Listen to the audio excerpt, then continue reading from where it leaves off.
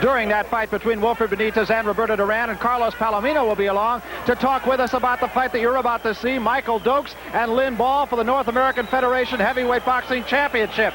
Who is the #1 contender? That is a question that goes on in this sport of boxing, and particularly in the heavyweight division, on and on again. Well, of course, in March, right here at Caesars Palace, it'll be Larry Holmes and Jerry Cooney. After that, who knows? When the subject of young heavyweight contenders is brought up in boxing circles, one of the first names mentioned is that of the very powerful and the WBA's #2 ranked contender, Greg Page. A mighty left hook and the nickname of the Great White Hope has made #1 ranked Jerry Cooney a household name. Michael Dokes is ranked #2 by the WBC, but he could move up in March when Cooney fights Larry Holmes. But Dokes doesn't share the notoriety of his peers. If Michael Dokes was trained or handled by somebody else, then they would be making a big thing out of Michael Dokes. Michael does box better than Greg Page does, box better than Cooney does. But the whole thing boils down to it because his manager is called King. Michael has suffered from being with the King family, I think, by the media, by the American public themselves, thinking that I'm just not a manager, that I really is incapable and incompetent at doing my job, and I'm just doing it as a front for my father. While Michael Dokes may suffer from a lack of media exposure, his membership with the King family has exposed him to an incomparable training atmosphere. Nestled in Orwell, Ohio, is the newly established King Training Camp. A converted barn and surrounding houses provide a facility which King aspires to make the best boxing is known. Michael calls it home. I just feel much more comfortable here than probably any place else. It's like home. I've probably achieved a lot of things that a lot of people thought I wouldn't achieve, so I'm satisfied. His 1980 achievements included 2 meetings with Ocasio. With Bobby Lewis in his corner, he was still left to fight Ocasio in his hometown. The result, a draw. He was comfortable with the draw, being in his own backyard with all Puerto Rican judges. And I thought Michael demonstrated to me at that time that he had the guts and the heart to go out and do his very best under any kind of conditions. The first fight, I count it as an experience, a loss, but a losing game. The second fight was more or less for my pride. I went down to San Juan and I see Ocasio in the bed with his legs crossed with #1 up and saying he was going to knock me out in 1 round. So it was a matter of pride, then, I think, more than anything. Drop him the first time, it was just a matter of time. You drop him with a left hook the first time, the guy got up, he set up and hit him another left hook, and the guy was looking for the last left hook, he hit him with a right hand, knock him out. That's the difference in Michael Dokes. In the card fight, in the 3rd round, Michael hurt his left arm. Just like that. I said, out boxing. Never broke stride, never changed it. Anybody that says that Michael Dokes' stamina isn't there, it's crazy. On June 12th, John Gardner may have thought he was crazy to step into the ring with Michael Dokes.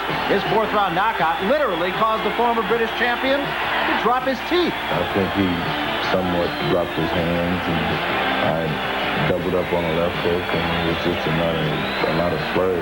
He gave me an opportunity, and I accommodated him. It was a good fight, and probably one of my better fights as far as my timing and my training and my conditioning and my physical things. As far as going into the ring, I felt a lot better. When Michael Dokes went up against George Chaplin, he was not feeling his best.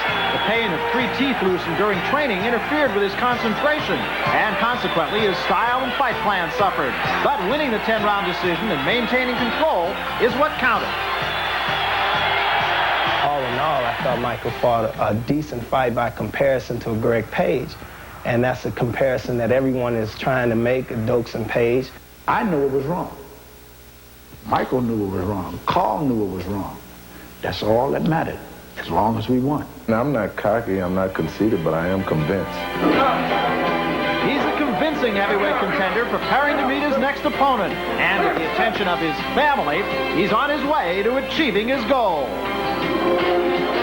We're looking to demonstrate our talents once more before the American public, and hopefully to make Michael Dokes a household name in the world of boxing. Lynn ball, you're going to be matzo ball. I'm going to make you soup.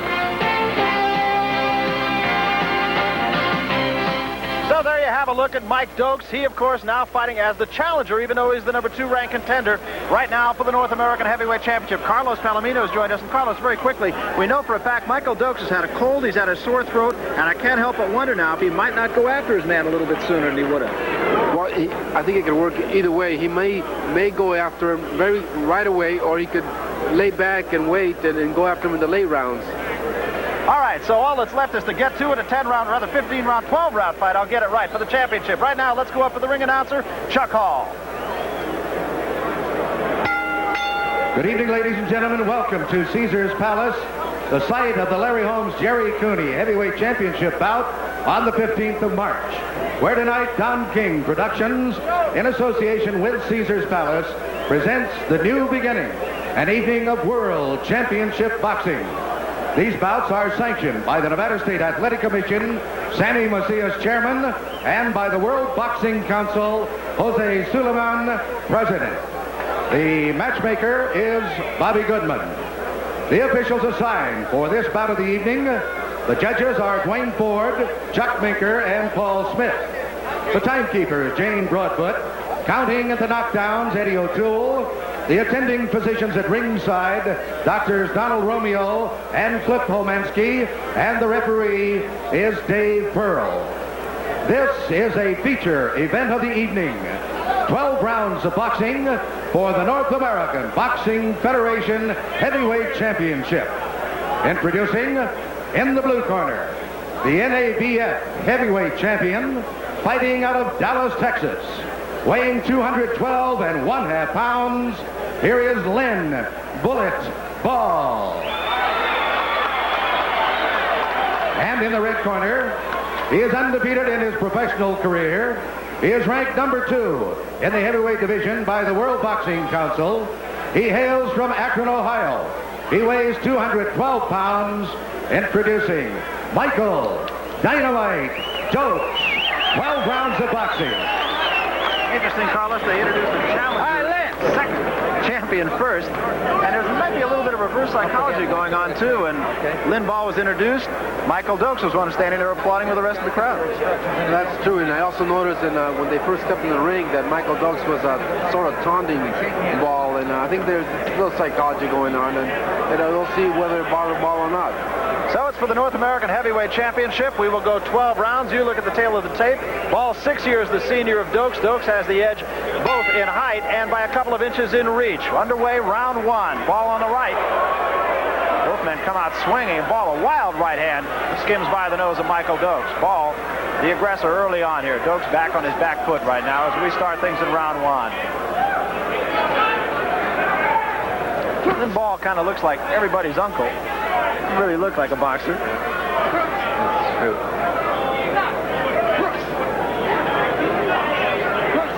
Just underway, round 1 for the North American Heavyweight Championship. That is Michael Dokes on the left, wearing the white trunks with a red stripe. Lynn Ball on the right, purple trunks with a yellow stripe.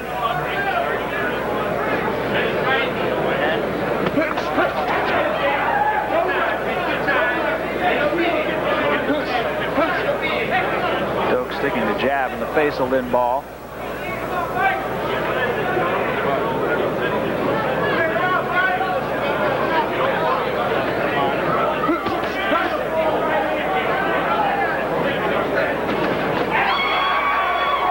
Left jab, not much damage. Dokes backs off.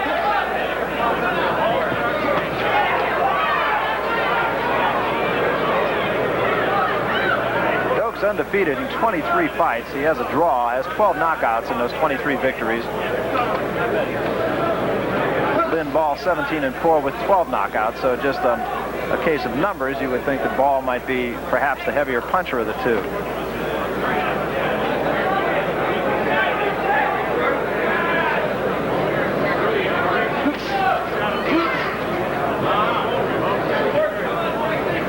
Stamina, of course, could be a question for Michael Dokes. We mentioned that he has had a cold, and that can really take it out of you. It sure can, especially when you catch it, 2 or 3 days before your scheduled event. That it can really get you down.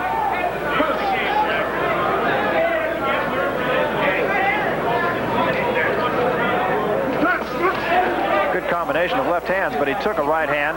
He took a low blow, too, from Ball.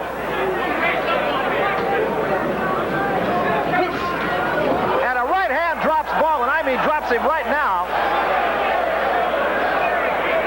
Do not call that a knockdown. They call that a slip. And now, once again, that one is a knockdown. First one looked very much like a knockdown to me. Ball missed a wild left hook and got hit with a right hand the first time. Saw a pretty good left hand to the stomach that time as we have about 10 seconds left in the round. A right hand right on the button. Seemed to hit him right on the nose. Time running down, and that's the end of it. One round, and you're looking at a very happy Michael Dokes. Oh, my. I mean, we had an idea that that one might be quick. But that was too quick. Reminiscent of a fight that we did in New York's Madison Square Garden where Jerry Cooney proved his worth by bombing Ken Norton. Well, Michael Dokes has just bombed Lynn Ball, and there was no doubt about it. 2 official knockdowns, and the first one, really, I would have to think was right. You know, Michael Dokes' best asset is the speed of his hands, and it looked like in the beginning of the round, Ball was slowing him down to his pace, and he picked it up and landed a big right hand, and it was over quick. We're going to have an opportunity to take a look at that closing sequence once again, and Michael Dokes really showing much more aggression than I've seen. First one we're going to see, Carlos, is what they call the slip. Let's take a look. It was a wild... No, he definitely got hit. He missed a left hook, and the right hand came in right in. The referee, I think, was screened out, so he didn't see it. Here it is again. This is the same sequence, and there was no question that he got hit. Referee saying no, but right back again. The first right hand went right between the gloves. And we're going to have an opportunity to see the last one, too. And the last one was right on the button. That's the way it says in the textbooks. That's right. You can see him look a little bit groggy right there, too. It's going to be a right hand. Will go right on the button of Lynn Ball. There it is. And there it was. And I mean, that was a good right hand by Michael Dokes. You can see Michael Dokes' seasoning. He's beginning to learn.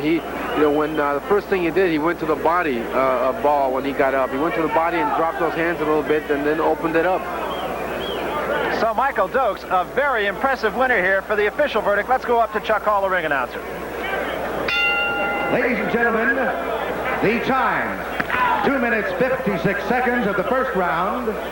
The winner by a TKO and new North American Boxing Federation heavyweight champion from Akron, Ohio, Michael Dynamite Dokes. Well, there you heard it. Michael Dokes, very impressive winner. I mean, there's not enough you can say about Michael Dokes. The guy he was fighting was not exactly chopped liver. He's a guy with some experience, and he really did a job on him. That's right. I mean, the combinations were extremely fast, and they went right to the mark. And let's go up to Larry Merchant right now. He is up with the winner, Michael Dokes. Larry, you got it. All right, Michael. Oh, Dango. Michael, you had a cold coming in here. Were you trying to get out of here in a hurry because of that? Yes, I was. I have laryngitis, and I have a very bad case of bronchitis. They call it the Vegas throat here. I had spoke to the HBO earlier about it, and explained to him that I would try to get him out of there early. What are your feelings now about where you are in the heavyweight picture? Are you like Larry Holmes was when he was waiting for Ali? Pardon me? Are you like Larry Holmes was when he was waiting for the end of Ali's career? Are you waiting for the end of Larry's career? No, I'm not. I'm going on. I'm cultivating other areas of my life. I'm rounding off the rough edges and other aspects of my life. My financial state, my business state. Learning other areas of life that when I leave boxing alone, I don't have to start thinking about it after I leave boxing. I can start thinking about it now. Does all that mean that you're patiently waiting for your turn to come? Most definitely. I'm 23, so I don't have to be impatient. All right. All right, let's see if we can get some replays up and for you to explain what happened. Mostly, I want to know, did you hit Ball the first time when he went down? They didn't see. There goes the right hand. Would you run that back? I want the whole fans in Akron, Ohio, and all over Las Vegas if they can run that back on me. Because that was a straight right hand. There was another straight right hand. He had tried to come over with the right, and I was sharp. I knew I was sharp. I felt good all coming through the ring. And the last one, it was just a matter Davey Pearl, the referee, it's not his fault. He just see the right hand. I was just too fast. It ain't his fault. The last one, it was a right hand to the body. All my punches was pivot. I had the body, the arms, everything moving simultaneously. Right on. It was just a matter of time. I knew it was just a matter of time. I only had about 60 seconds left in that round, and I tried to take him on out. Well, you did. Thank you very much, Michael Dokes. And now back to I would like ringside. to thank HBO also, and all my friends that viewed this fight. Thank you. I love you. All right, Larry. Thank you, Larry Merchant. Thank you, the winner of that fight, Michael Dokes. With me right now, the heavyweight boxing champion of the world, Larry Holmes. And Larry, what you saw tonight is a guy who could very conceivably be a challenger for your title. Yes, I think Michael Dokes have a lot of potential, and it's very well that he can be a challenger for my title. But we take one step at a time. Right now, Jerry Cooney. This is what we're concentrating on. We want to answer all questions come March 15th. One of the things that we were saying earlier was that Michael Dokes might have been a lot more aggressive tonight than I've seen him be, at least, in the last few fights he's had. Well, this is what he had to do with this guy. This guy worked in my camp as a sparring partner, and I know that he's vulnerable for left hooks and straight right hands. And I related this a little bit to Michael Dokes because he's a prominent heavyweight, and I'd like to see him get an opportunity to fight for the title. So this is what I related to him. All right, we're going to give you an opportunity to go to school on your protege, if you will, Michael Dokes. We'll have a chance to take another look at those knockdowns, and we'll have you talk a little bit about it. First one, I think everybody agrees that he, in fact, did hit the man. It was not a slip. Yes, very, very sharp right hand. The ref did not see it because it was inside right, and it was so quick that the ref didn't see it. So he got up, and Michael did throw a straight right hand right in the middle of the face of his opponent. So there was no doubt about it. The referee did a good job in stopping the fight. I think you want guys who you really care about, and I know you do care about Michael Dokes. He's a friend of yours, to improve themselves, but perhaps you don't want him to improve quite as fast as he has been. Well, Michael has, I really like for any fighter to progress because they work hard just like I work hard. And I'm not going to be around forever. I know that my day is numbered. But right now, I just want to move the obstacle in my way right now. That's Jerry Cooney, and maybe one or two after that, and then we think about retirement. Michael Dokes, a Greg Page, and they all they all got great potentials, and they all got a chance to get to being a champion one day, and Larry Holmes hopes to give him a shot or get out. Is it a difficult thing to fight a guy like a Michael Dokes, should you ever get to him, to fight a friend? He's a guy you know really well. Well, Muhammad Ali, again, was my friend. I was a sparring partner for him for 4 years, and I've known him alone 9 to 10 years. And it's saddening when you have to go in the ring and fight with your friends, but this is what the public want. They want actual competition. They wanted the competitive sports, and we had to oblige the people. So for me to get in the ring with Michael Dokes, it will not come very, very easy, but it won't come that hard either because this is my profession. My profession is fighting, and I oblige the people because I'm a fighting champion. I'm a people's champion. Well, in fact, I think you've said that many times, and I think all of a sudden the public is really starting to recognize Larry Holmes as the people's champion. Yes, I think so. I get more and more recognition. I'm doing more and more things, and the people realize I'm here to stay. My record speaks for itself. 39 fights, 39 wins, with 29 knockouts, and we're looking forward to giving all the fighters, as long as I'm in boxing, an opportunity to fight for the title. Well, the guy you got next is going to be no easy task. Jerry Cooney is a guy who has really come along very well. He is not going to be a piece of cake for Larry Holmes. Well, that's what the people are saying. They sold Larry Holmes short many times, and we're going to answer a lot of questions for the people. We're going to answer the question, can Jerry Cooney take a punch? Is Larry Holmes' legs are finished? Can Larry Holmes still take it or whatever? We're going to answer a lot of questions, but I guarantee, I tell the American people, I tell everybody who watches HBO right now, Larry Holmes will knock Jerry Cooney out. If you want to be on the right side, they got to be with Larry Holmes, because I'm definitely knocking out Jerry Cooney. Wishful thinking don't get nobody nowhere. Action competition says it all. You heard it here first. Larry Holmes will knock out Jerry Cooney. I tell you, the man, if you'll take one man's opinion, it looks like he could go right now. Larry, thanks very much. Thank you very much, Larry. Larry Holmes, great champion. Right now, let's go over to our own Larry Merchant. He has a special guest as well. Larry? I'm with Don King. Don, where is Michael Dokes in the heavyweight picture? Is there a conflict of interest between you and Larry Holmes and him all being under your umbrella? No, it isn't. I think that all these heavyweights are very good heavyweights. I'm especially proud to put them on the home box office network. I think the world will get a chance to see them via the satellite in our foreign sales. And all these guys are heavyweight boxers that has established a relationship with me of trust and integrity. I have all the heavyweights. It's not only Michael Dokes, it's Jimmy Young, Mercado Bernardo, all of them that are in there, they're fighting, and know what they do. They fight each other. You know, I just promote them all to give them the best opportunity. Let me ask you this then about the fight March 15th.